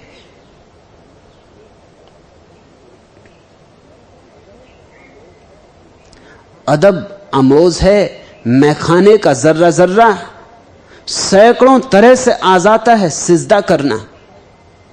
इश्क पाबंदे बफा है ना कि पाबंदे रसूम, सर झुकाने को नहीं कहते हैं सिजदा करना। सिर झुकाने मात्र को सिजदा करना नहीं कहते, प्रार्थना करना नहीं कहते। इश्क पाबंदे बफा है, इश्क में एक श्रद्धा तो है, न कि पाबंदे रसूम। लेकिन किसी परंपरा और लीक में नहीं बंधा है प्रेम। प्रेम तो लीक से मुक्त है, परंपरा से मुक्त है। प्रेम तो स्वतंत्रता है, परतंत्रता नहीं। अदब अमोज है मैखाने का जर्रा जर्रा, पीना आता हो, पियक्कड़ होना आता हो, तो फिर मैखाने का जर्रा जर्रा भी अदब सिखाने वाला है, विनय सिखाने वाला है। अदब अमोज है मैखाने का जर्रा जर्रा, सैकड़ों तरह से आ जाता है सिद्धा करना। जरा प्रेम की मदिरा पियो, किसी सदगुरु के मदिरालय में बैठो, हृदय को खोलो, उसकी शराब में डूबो और सिजदा करना आ जाएगा। सैकड़ों तरह से आ जाता है सिजदा करना। इसकी कोई बंधी बंधाई व्यवस्थाएं नहीं है। प्रार्थना कोई बंधा बंधाया सूत्र नहीं है। मुक्ति किन्हीं बंधे बंधाए सूत्रों से मिल भी नहीं सकती। अदब अमोज है मैखाने का जर्रा जर्रा, सैकड़ों तरह से आ जाता है सिजदा करना। इश्क पाबंदे बफा है ना कि पाबंदे रसूम, सर झुकाने को नहीं कहते हैं सिजदा करना। आज इतना है।